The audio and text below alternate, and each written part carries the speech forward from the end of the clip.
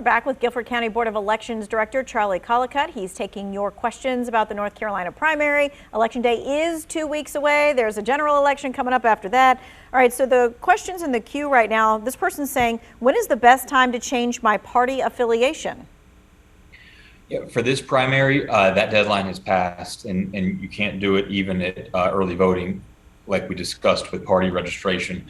You're locked in right now, and then also locked in case we have a runoff in July, not the Greensboro election, but another kind of runoff. However, after this election, you can change your party, and you'll be fine. It's just is too late for this primary. Okay.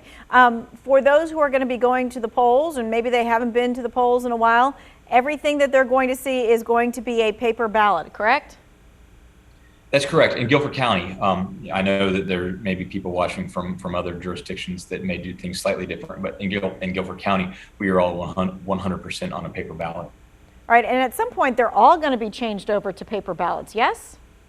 Well, yeah, they all are in some sense. Ours are the full paper ballot that you bubble in with a pen or a pencil. Some jurisdictions have ones where the system can mark your ballot for you, and it still spits out a piece of paper with marks, but you're using a touchscreen interface to do that. Okay, gotcha.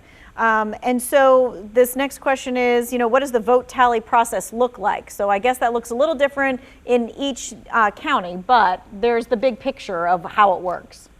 Right, and it depends on what you're talking about too in regards to how we vote. So during early voting, we will pull all the early voting systems into our board meeting on election day, and we will tabulate there from the ballots that have been going through our voting system for the entire 17-day period. On election day, they're going to tabulate the ballots there at the polling places after 7:30 on their equipment there, which they're then going to give us those results manually through our voter voting system.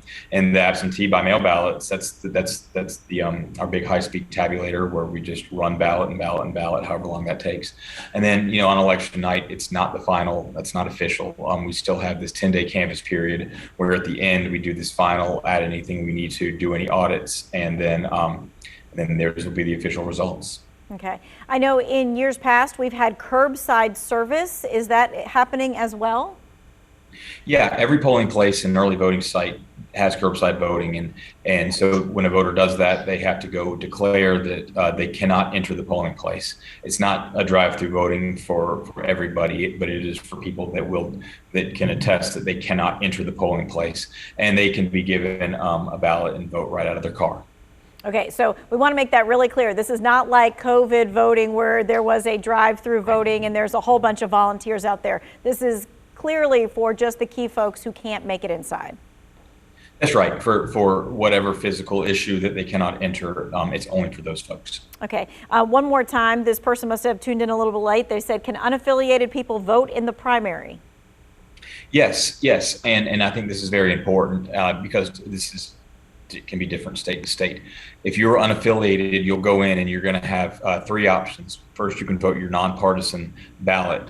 That will just be the bonds, and if you live in Greensboro, just the Greensboro elections. You won't have any of that other partisan stuff. However, you can say you'll have the option to choose the Republican or the Democratic ballot style, and you can pick one of those to participate in. So you don't get a mixed match of everything. You can pick one slate, but certainly unaffiliateds do get to vote in the primary. All right, so we just started early voting not too long ago. How are the numbers, and would you encourage people to get to the polls instead of waiting on primary day? Yeah, go vote early because if there's an issue, whatever, you can just get it over with, get it done with. You can pick one of 8 sites, good long days, every day of the week moving forward until it ends. And right now it's slow but very steady, and I think it's going to increase every day. We've been doing it has been a little bit more than the day before, so I think it'll add up. And people always ask, do they actually put the votes through the machine to tabulate them during early voting?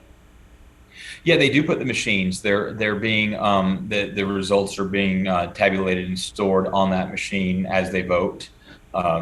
and then when it's all over, we then aggregate all the early voting machines together. But yeah, that's really, it's not just a piece of paper getting stored. It really is getting tabulated. Okay. All right. Great. Thank you so much for your time, your expertise. We so appreciate it. Again, folks, it is 2 weeks away. If you missed any of this information, we want to make sure that you have it right at your fingertips. So we put in the Who Wants to Know section at WFMYnews2.com.